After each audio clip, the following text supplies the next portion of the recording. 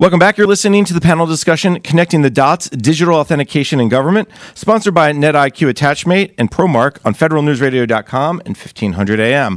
I'm your host, Jason Miller. My guests today are Stan Lowe, the Deputy Assistant Secretary in the Office of Information Security at the Veterans Affairs Department, Tim Rulin, the Chief Information Security Officer at the U.S. Census Bureau of the Department of Commerce, Jeff Frederick, a Senior Systems Engineer at NetIQ Corporation Federal Division, and Brent Keniston, a Principal Solutions Architect at Trivere. Gentlemen, before break, we talked a lot about this derived credential, and I gave a very simple, straightforward definition in my intro, but I want to go back to that concept for a second because people hear it, and they go, okay, what is this thing called a derived credential? Jeff, you are the industry expert on the panel. No offense, Brent. So let me start with you and say, what is this thing? So in order to receive an HSPD 12 compliant credential, a federal government employee or contractor needs to go through a very detailed background investigation and vetting process. They then receive a credential, an HSPD 12 card, and the digital certificates are placed on that credential in a secure container. Once that has been completed and the individual has his card, he can then get what's called the derived credential, which is derived from those certificates and credential that they already have, but it's in a soft form, not in a hard token form. And when you say software, we're talking software here. Software certificates, it could be something along that line. Right. Generally, it's a certificate today. I was going to say, most people actually use this, or you should be using it if you're not. Today, using Google, the two-factor authentication that they have is actually a form of derived credentials. So if you look at it that way, that takes a really complex problem that the federal government does and simplifies it to where it's easily understandable. And as Google's using it, you're talking about what? You get a text to your phone? You get a text. You sign up for two-factor authentication when you say, hey, you want to add another device, or you want to access it from a device it doesn't see, or you can set it to it happens every time. You get an authentication text with a code text to you on your mobile phone via SMS, and you enter that code, and then you can access your services. And Brent, the reason why derived credential is so important, and the reason why we're talking so much about it, is because it relieves the issue that we've talked about last segment about having that other piece of hardware, that sled or whatever, to put your HSPD 12 card in. But it also there's a security issue here as well, because it's the real two-factor, something you own, something you know, something you have. Yeah, there's a little bit of a shift in thinking. Now, the device that we're authenticating with is small, it's mobile. That now is the thing that we have. And for those systems that require a higher level of assurance, we can introduce, like Stan mentioned, additional multi-factor authentication mechanisms in that process. And one misconception I want to clear up right out of the gate about derived credentials is that it's not a PIV card derived credential. It's a derived credential from your identity, like Jeff talked about. We're going through a very rigorous vetting process to make sure that this person can do work in the federal government. Then that derived credential is almost a sibling of the smart card. It is another token of the chain of trust that we can believe that that person is who they say they are. And it is extremely valuable. One of the things that Stan mentioned earlier was the fact that we have employees that are more mobile than ever. We need to make sure that not only is the credential and the device configured right to prove that user's identity at a high level of assurance, but that the ICAM processes in the back end are facilitating the use of that credential. When I have a firefighter that is deployed to a desert that's far away from them and they need to access a federal facility, I need the ICAM processes on the back end of that to be smart enough to grant him the temporary access with his virtual credential so that he doesn't have to lose time dealing with IT challenges. You actually sort of touched on something that we, as a huge problem for the VA, because we don't just provide credentials for federal employees. We provide them for veterans as well. Through e-benefits, we derive those credentials that we use are derived from the Department of Defense and their defense eligibility and enrollment system, as well as, so we're, and oftentimes we're discovering that it's really hard for veterans to get to those places to actually prove their identity. So we're looking at alternative ways to do that, such as through the U.S. Postal Service, through the Federal Credentialing Exchange, those types of activities to be able to get those veterans to be able to obtain a derived credential, and not necessarily have to drive the 4.5 hours to Fort Sam Houston, Texas, or someplace like that. All right, you mentioned one of my favorite projects, Connect.gov, used to be known as the F6, the Federal Cloud Credential Exchange. VA is a major partner within the Connect.gov. Are you able to offer just a little bit of how that's working right now? It's not working as well as I would like, because effectively I'd like to see us the government as a whole, the federal government as a whole, actually more effectively use it. I'd like to see the IRS. Bless you, little guys, I'm not banging on you, but other federal agencies begin to adopt that a little bit more than they already are, because people are really, and I understand change is really hard in the federal space because everybody's wedded to what their stuff is, but I'd like to see a little bit more progress. Are you able to get veterans, though, connected through it somehow yet? Yes, we've got a couple of things that are going on right now. I mentioned the Postal Service and stuff like that. We're trying to use those avenues to be able to get folks to be able to go to their local post office, because there's a post office within walking distance of just about everyone. It's a fascinating program. They just moving through. They put an RFI out. That's a whole nother discussion, gentlemen. But but Tim, I want to come back to you in a second regarding the mobility. But before we go there, because the challenges they talked about of getting that person the authenticated, that may only be a part-time person, a numerator, is going to be a part of our mobility discussion that we're going to have in a second. But let me just start with you, Tim, on the legacy side, because you guys have a lot of legacy apps that need to be both single sign-on, but also connected through physical access control as well. How are you dealing with the legacy side? As I mentioned before, we put together a technical reference model, and we can provide that to anybody that's actually developing or looking at bringing in an application. And we're looking at how we get that into our legacy applications at the same time. What will that take? We've been pretty successful in people using the technical reference model for new applications. We're still working on the legacy applications because we have a lot of them. But if they use the technical reference model, then we're able to get the right hooks in so that we can use the logical access piece of the HSPD-12 card. When you say technical reference model, let's not get into enterprise architecture too deep, but it's the idea of what? It's a cookbook. If you come to us and say, this is what we want to do, we can give you the cookbook and say, make sure you account for these things. And if you account for these things, you'll be fine. And the other thing that we do at the Census Bureau is we embed engineers, security engineers, technical engineers, solution engineers, as part of this system development lifecycle. So we embed those engineers early on in the program to make sure we're accounting for things like logical access for security and things like that. To that, I am one of those embedded engineers working with Census. And when we first attacked logical access, like Tim mentioned, we thought we had to enumerate all of our legacy apps and actually make a list and then systematically attack that list. But that list was growing faster than we could identify those applications. That was going to be a very long process. And so by building those cookbooks that Tim talked about, we began to have an environment where people were coming to us. People were coming to us and telling us, I have this application and I need to use digital signature, or I want to have smart card authentication. How do I plug into your logical access system? And those cookbooks were great facilitators. So now we provide an answer for the demand, and they even bring budget to us. We don't even have to worry about that from an IT perspective. They have projects that can fund their move into using our cookbooks. That's crazy talk, Tim. He's crazy talk. I mean, budget and people understanding security. You're doing something right over at Census, it sounds like.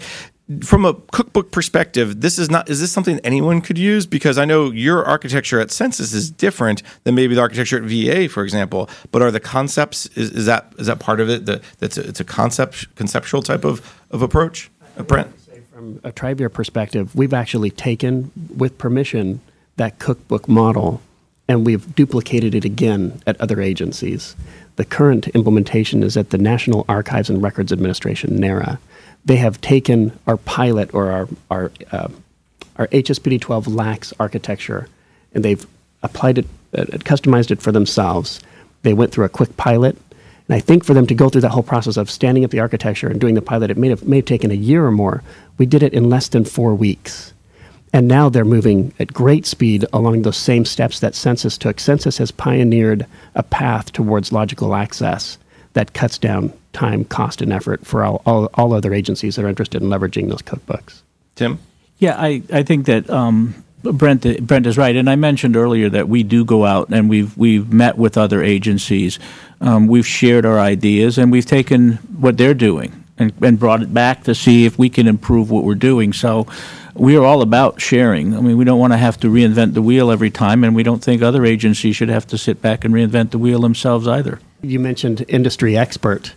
That's a kind of an oxymoron, because the more we learn about some of these ICAM challenges, the more we recognize we don't know. And every time we reach out and collaborate, we learn something. Stan, let me turn to you on legacy apps, because you guys have a whole different problem than a lot of the other agencies. Let's just look at management side for a second. The HR, the procurement, the financial management. Are those, again, a little bit easier to deal with logical access than some of the healthcare type apps that have different access points? No. Yes and no in a way. So they're all in the VA. There's literally one system that almost effectively rules them all, and that's Vista. And have dealing with the VA for a number of years. It used to be that when you went to one VA hospital, you saw one Vista system, because when they were initially standing this up, they allowed local customization to run rampant. So literally, it was anything you would see Vista installed in one particular way in one place, and Vista installed in another VAMC in another way. We're solving that now by going to Gold Disk, which is basically sucking on all the Vista instances and putting them in data centers, and at the same time standardizing those Vista installations across the enterprise. So that's how we're solving that one legacy system. But the VA's financial system is tied to parts of the back end of Vista. Its HR process or systems is tied into the back end of Vista, especially and this primarily only applies to the Veterans Health Administration, but they make up 3/4 of the population of the VA. So our legacy said we have small little pockets that we can do something about, and then we have those larger pockets that we're working on doing something about. So then we can once we get it standardized across the agency, then we can attack the logical access. And I think that's key, what you said there, the Gold Disk. Once you put it in your data center through a VDI or other types of concept, everyone can connect through it. Right. And then you do have one copy of Vista, so to speak, right, for everybody. Or regionalized, or however, because one would be too big. But, it's never why is one. this not working? No. The user experience improves when you take those steps. At one of our healthcare agencies where we consult, they are processing and underwriting contracts within the insurance business, and their civilian workers providing this government service. They sometimes log into over 40 different user accounts with a different username and password, depending on the role that they're about to go through within the mainframe system that they're processing these claims on. We designed a way using a PIV iCard, a personal identity verification interoperable card, that allows them to log in with one credential and a PIN and access any one of those roles for the task at hand. We've eliminated more than 40 usernames and passwords for some of these healthcare workers. That's amazing. I mean, that's the type of thing that I think other agencies would say, wow. And of course, you said the word mainframe, so we're all thinking it's either SSA or CMS, but we won't go down that path. Let me turn to Jeff real quick, and let's talk about legacy apps. From your client's perspective, when you talk to them about this legacy app challenge, what kind of advice do you give them? What do you say is, how do we make it there? So we've been very successful with putting a front-end authentication gateway in front of the legacy applications and having all the authentications go through that. You don't have to take the expense of rewriting an application for multi-factor authentication. You can just place it behind this gateway and everything goes through there. In addition, you install the gateway once and you just do a little bit of configuration for each new application. It saves the customers huge amounts of money and giving them quick time to realize the benefit. Do you find that when you make that gateway, people understand the concept, that they feel it's secure enough? I mean, I can't speak for Tim, but maybe as a CISO would say, okay, wait a minute, there's one path, and now you're into all my systems.